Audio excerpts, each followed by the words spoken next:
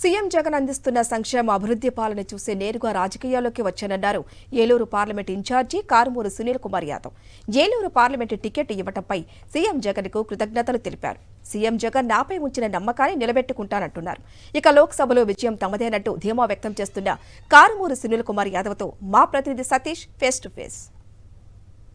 YSR Congress party Lok Sabha assembly నియోజకవర్గ సమన్వయకర్తలను నియమించింది. బీసీలకు అత్యధిక ప్రాధాన్యతను కల్పిస్తూ ముఖ్యమంత్రి వైఎస్ జగన్మోహన్ రెడ్డి నిర్ణయం తీసుకుని ఇప్పటివరకు ప్రకటించినటువంటి 50 అసెంబ్లీ నియోజకవర్గాల సమన్వయకర్తలు కానీ 9 లోక్సభ నియోజకవర్గ సమన్వయకర్తలు కూడా బీసీలకు అధిక ప్రాధాన్యత ఇచ్చినటువంటి పరిస్థితి.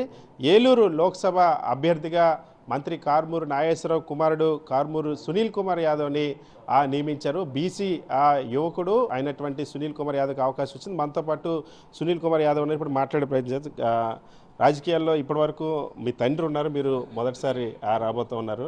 లోక్సభ అభ్యర్థిగా మీకు ఏలూరు నుండి అవకాశం ఇచ్చింది వైఎస్ఆర్ కాంగ్రెస్ పార్టీ జగన్మోహన్ రెడ్డి గారు. ఎలా తీసుకుంటారు, ఎలా ఫీల్ అవుతున్నారు? ముందుగా జగన్మోహన్ రెడ్డి గారికి కృతజ్ఞతలు. ఇప్పుడే ఆయన్ని కలవడం కూడా జరిగింది. చాలా సంతోషంగా ఉంది. కానీ చాలా పెద్ద బాధ్యత. దీన్ని నేను తప్పకుండా చాలా జాగ్రత్తగా అందరినీ కలుపుకుంటూ పార్టీకి జగన్మోహన్ రెడ్డి గారికి మంచి పేరు వచ్చేలాగా చేస్తానని తెలియజేసుకుంటున్నాను. జగన్మోహన్ రెడ్డి గారు కలిసారు కదా, ఏం చెప్పారు? ఎందుకు మిమ్మల్ని ఇక్కడ లోక్సభ అభ్యర్థిగా లేదు ఈ పార్టీ ఇన్ఛార్జ్గా ఎందుకు ప్రకటించారని చెప్పారు? ముందుగా ఆయన పాలిటిక్స్లో యువతని ఎంకరేజ్ చేద్దామని, యూత్ ఓరియంటెడ్గా ముందుకెళ్దామని చెప్పి నాకు ఈ ఛాన్స్ ఇవ్వడం జరిగింది. అట్లానే నేను కూడా తణుకులో తిరగడం, అలానే నేను నాన్నగా జడ్పీ చైర్మన్గా ఉన్నప్పుడు ఏలూరులో నేను అప్పుడు నా వయసు 19 ఏళ్ళు, అప్పుడు కూడా తిరగడం జరిగింది. అలానే దెందులూరు 2014లో దెందులూరు మొత్తం నేను తిరగడం జరిగింది. సో నాకు ఆ కాన్స్టిట్యున్సీ మీద కొంచెం తెలుసు కాబట్టి ఇంకా నన్ను సెలెక్ట్ చేయడం జరిగింది. జగన్మోహన్ రెడ్డి గారు చేసే ఈ సంక్షేమ పథకాలు ప్లస్ ఈ నాడు నేడు స్కూల్స్, ఈ ఏవైతే అవినీతి లేకుండా ఎవరి సొమ్ము వారి డైరెక్ట్గా అకౌంట్లోకి వెళ్తుందో ఇవన్నీ చూసి నేను గడప గడప తిరిగాను. తణుకులో సచివాలయాలు తిరిగాను.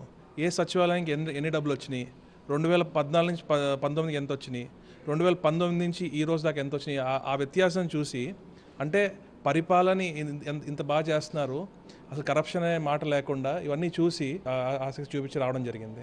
లోక్సభ నిజంగానే లోక్సభ అభ్యర్థికి చాలామందికి చట్టసభల్లో రావాలన్న కోరుకుంటుంది. అందులో దేశంలోని అత్యున్నతమైనటువంటి సభ లోక్సభలో అడుగుపెట్టే అవకాశం వస్తే రేపు విజయం సాధించిన తర్వాత ఏం చేయాలనుకుంటారు? ఎలాంటి ఐడియాస్ ఉన్నాయి మీ దగ్గర? విజయం తప్పకుండా సాధిస్తాం, అందులో క్వశ్చనే లేదు.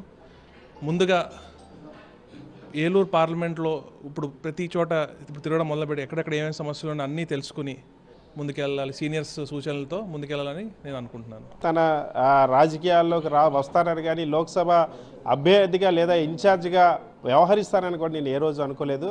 వైఎస్ జగన్మోహన్ రెడ్డి యువతను ప్రోత్సహించడానికి అవకాశాన్ని ఇచ్చారు. విజయం సాధిస్తాము ఏలూరు లోక్సభ స్థానం నుండి అని చెప్పి కారుమూరి సునీల్ చెప్తున్నారు. వినేష్ బాలుతో సతీష్, సాక్షి టీవీ, విజయవాడ.